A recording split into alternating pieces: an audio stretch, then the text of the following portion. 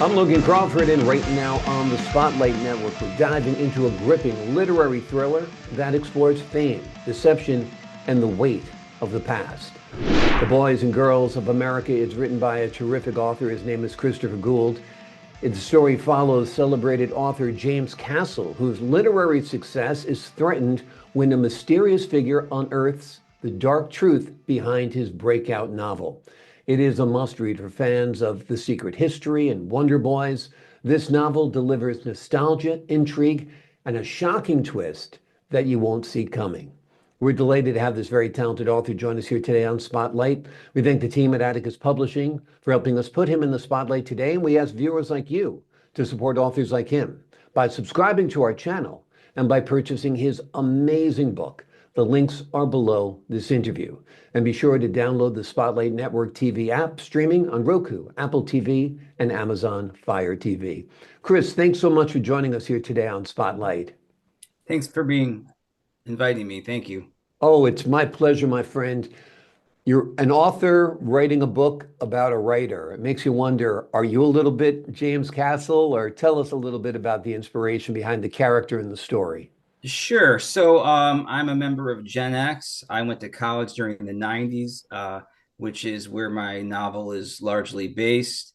And it's a novel I've always wanted to write. It explores a lot of the pop culture themes of that time period, the music, the clothing, the films of that period. And I certainly enjoyed my college experience, and I wanted to get that down on paper. Yeah, it was a great era and a lot more interesting than today because it was analog still. I mean, there wasn't very much as far as online. The clothing, the music, it was all very distinctive, right? No doubt. Absolutely. And your book explores themes of fame and deception. Why did you choose to focus on these topics?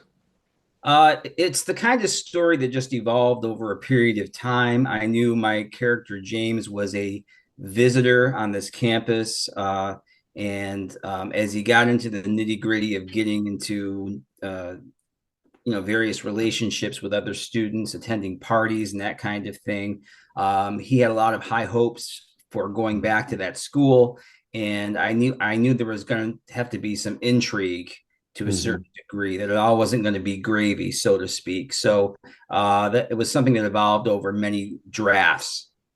I'm sure. Now, did you know the story would end how it did, or did the surprise twist even surprise you?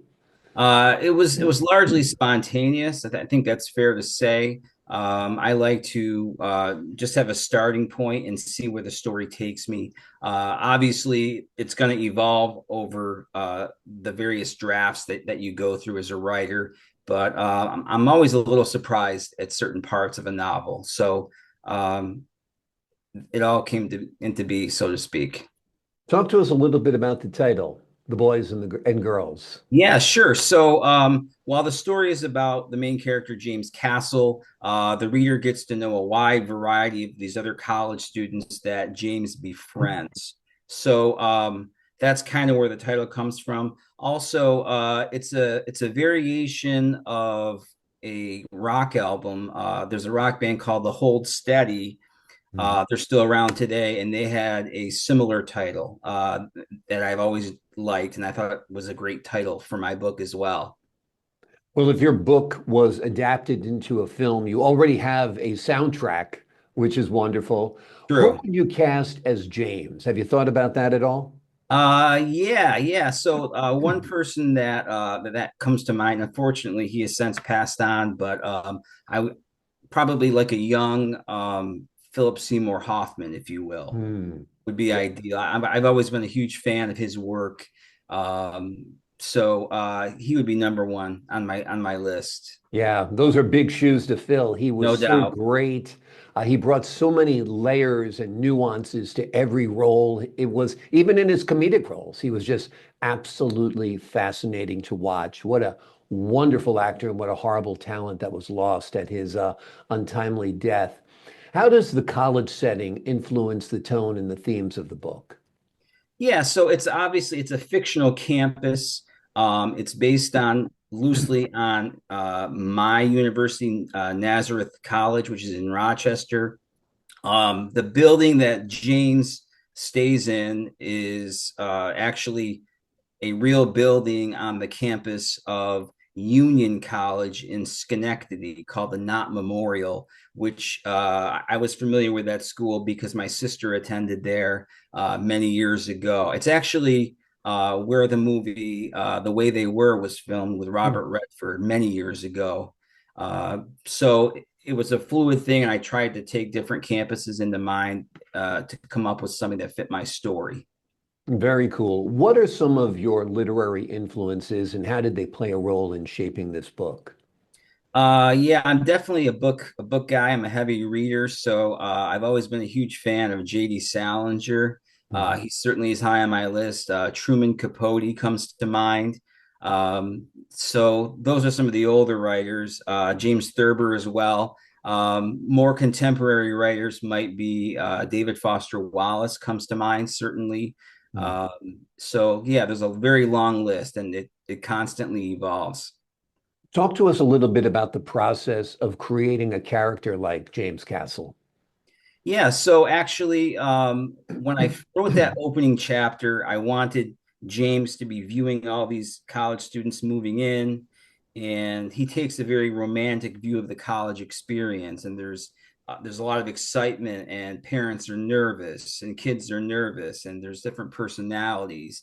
So James is watching this scene unfold from above, and at the earliest part of a draft, I didn't know who he was. I thought maybe he could be anyone from a visiting professor, perhaps even a school custodian. Uh, Mhm.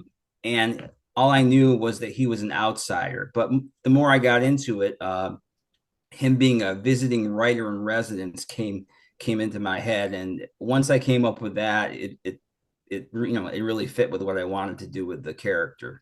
Absolutely. It all worked perfectly well together. Talk to us a little bit about your approach to writing suspense and tension in a novel. Yeah, so this is my second novel. My first one is more of a linear kind of storytelling, whereas this one there's several chapters that are devoted to flashbacks where you learn about James's past and some of the skeletons in his closet, so to speak. So I wanted to create a very unique character with a rich background, and you even learn a lot about the other characters and their backgrounds in terms of their hometowns and that kind of thing. So the suspense aspect, that was also something that evolved over a period of time. And somewhere along the lines, the idea of there being this mysterious person bringing him uh, packages, and they turn out to be packages that sort of blackmail him, if you will. And that's where that initial tension came from. So it unfolded over a period of time. Give us a little bit of an overview of the story of your book. Yeah, so this obviously takes place in the 90s. James is a visiting writer in residence at the school. The school was his dream school many years ago. Unfortunately, he was rejected, and he was always heartbroken. And now that he had written this one famous book, he has this opportunity to go back on campus, his dream school, and kind of have an opportunity to experience all that he missed out on. So it's very emotional for him. And obviously, he befriends many of these other students. There's a eccentric professor that plays a large role that also serves as his mentor whilst he's on campus. So it's a pretty sprawling story overall. Absolutely. Are you thinking about adapting this into a screenplay? It seems like it's very visual. There's a lot of music, as we mentioned before, already in play. Tell us about your aspirations to see this on the big screen.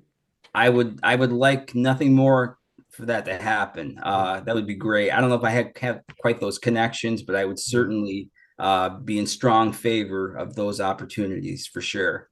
Well, you did the first big step, which is putting the work out there. So you never know whose Absolutely. hands it's going to wind up in. Hopefully, it winds up in some great director's hands. That would be terrific. What's next for you? You thinking about your next novel already?